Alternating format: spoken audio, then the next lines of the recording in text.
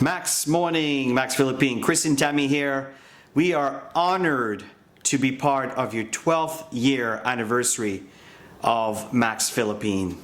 Yeah, I remember the very first anniversary that you had, and 12 years is really going super fast, but it's exciting to see how it's really evolved over these 12 years. And I just want to say congratulations to all of you for being part of that success that's really rolled out in the last 12 years. And we're aware that there's been a lot of challenges, but folks, that is life. I mean, if you go back and listen to history centuries ago, you realize that a lot of challenges repeats itself. And the key is to learn to adapt and to adjust and to evolve. And there's 7 points that Tammy and I want to talk about this evening. So number one, we want to talk about the power of unity and the importance of maintaining good relationships. Sideline, upline, downline, company, everything. You want to maintain great relationships because I truly believe that it takes unity as a whole to get to the goals that we all want to achieve with Max International. And remember, and I know you've heard me say that very often, every time we visited the Philippines, if I had an opportunity to share where there is prosperity and unity, folks, do not undermine the power of uniting. This is the first message we want to share with you. It doesn't matter what point or agreement or disagreement you may have. At one point, we all have the same goal, and it's okay to agree to disagree as long as we are following the same path and we're able to work together, even though we may have different opinions. The second point we want to talk about is what defines a leader. You know, a leader is defined by how they face adversity. And that's really the real character starts coming out. And I think we probably can agree that in 2020, there has been an enormous amount of challenges. The challenges around the world, which has impacted the challenges within our own company, within our own activities. It's called adversity. And again, what's really important as a leader is to understand that challenges are here to give us an opportunity to evolve and to learn from them. And number 3 is love. Love is the most powerful energy out there. It's the most powerful force. All positive things come from love.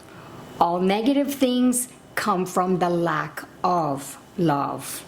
And it's so important to build really strong relationships in our business, whether it's within our associates, in our prospecting. Always come from a place of caring, giving, nurturing, serving, which is love. So your relationships can only be as healthy as you are. So always work on you first and coming from love. I so agree, Tammy. Yeah. This is absolutely dead on.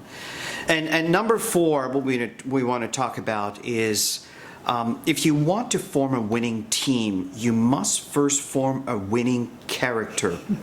See, often people look at other people that have great teams and they sometimes overlook the character that they have developed over time. So your relationship can only be as healthy as you are. So that's the reason why personal growth is so important in many different aspects. Right? You need to work on your spiritual approach. You need to work on your personal self-caring approach. You need to work on how you communicate with others and how you make them feel after you're done talking to them.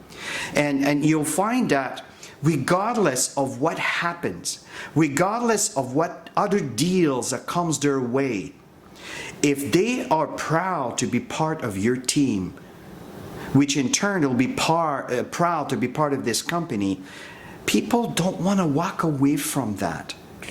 So if you want a winning team, you need to work on your character. Very important.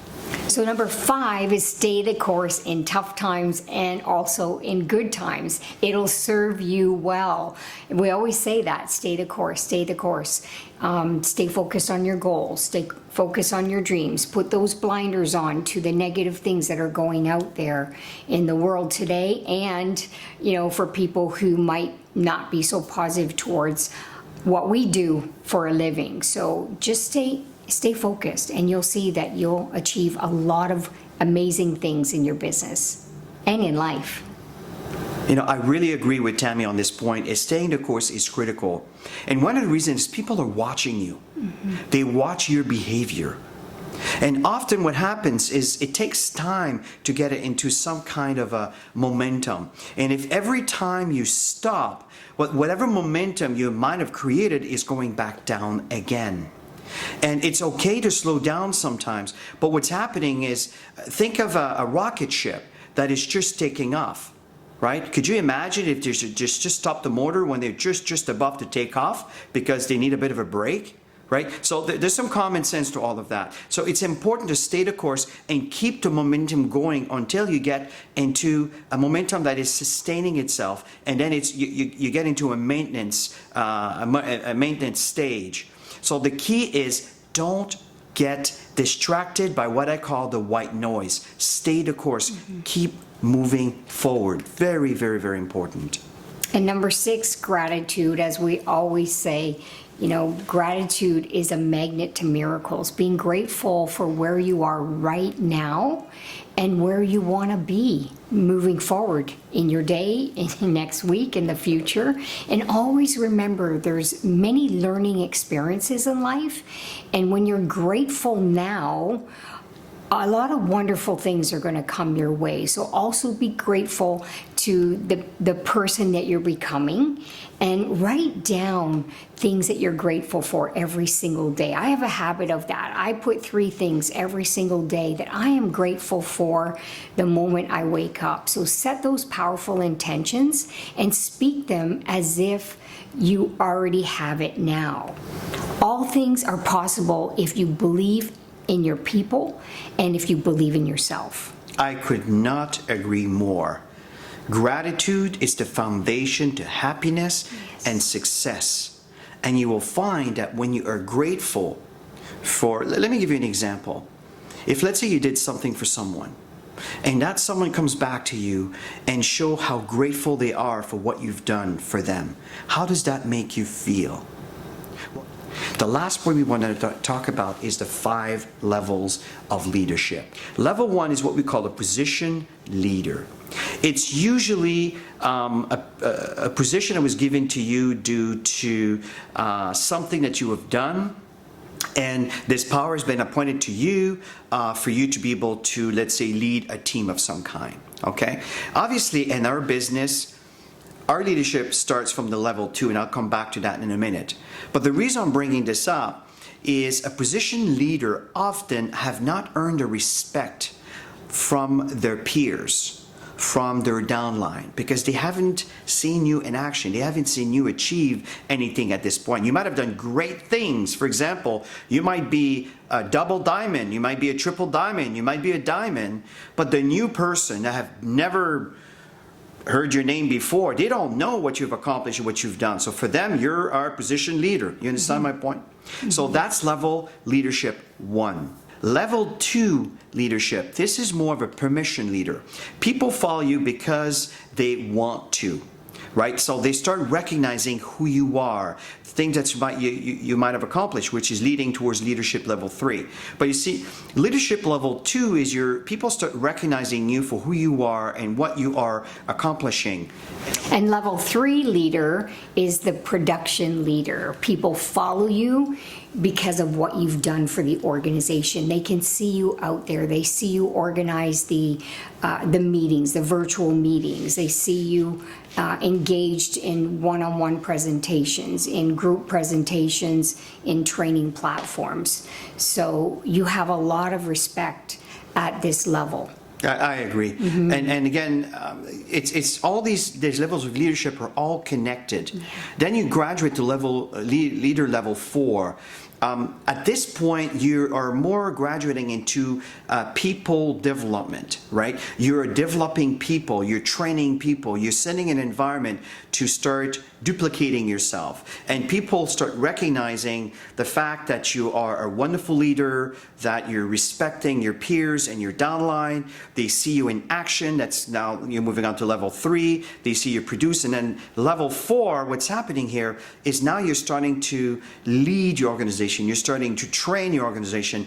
And you will find that your diamonds are doing just that. You understand? It's the reason why they're diamonds. So for some of you that say, well, I want to be a diamond, it's not just about sponsoring tons of people. It's about nurturing and mentoring and helping others to achieve like you've achieved. And that's the level 4 leadership.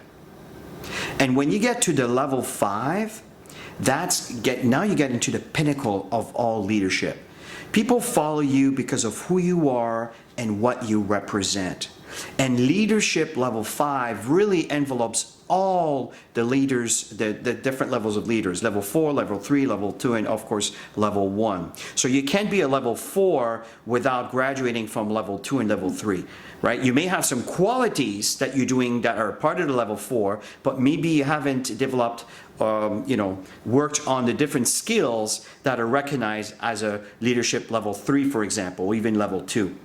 So keep that in mind. And I really recommend for you to take the time to read this book, The 5 Levels of Leadership from John C. Maxwell. Mm-hmm. It's a wonderful, wonderful book about leadership and will give you a really good perspective on the kind of leader that your team needs to see. So always remember when you meet somebody for the first time, whether they're a new associate or even a prospect, you're at the level 1 leadership with that person. So your goal is to always make it about them, what they desire, what are their goals, and build rapport with that person. I totally agree. So what's really important here is, what do we do in our business? We let people know about what we do and what we offer. And in the process of doing that, you educate people on the benefits.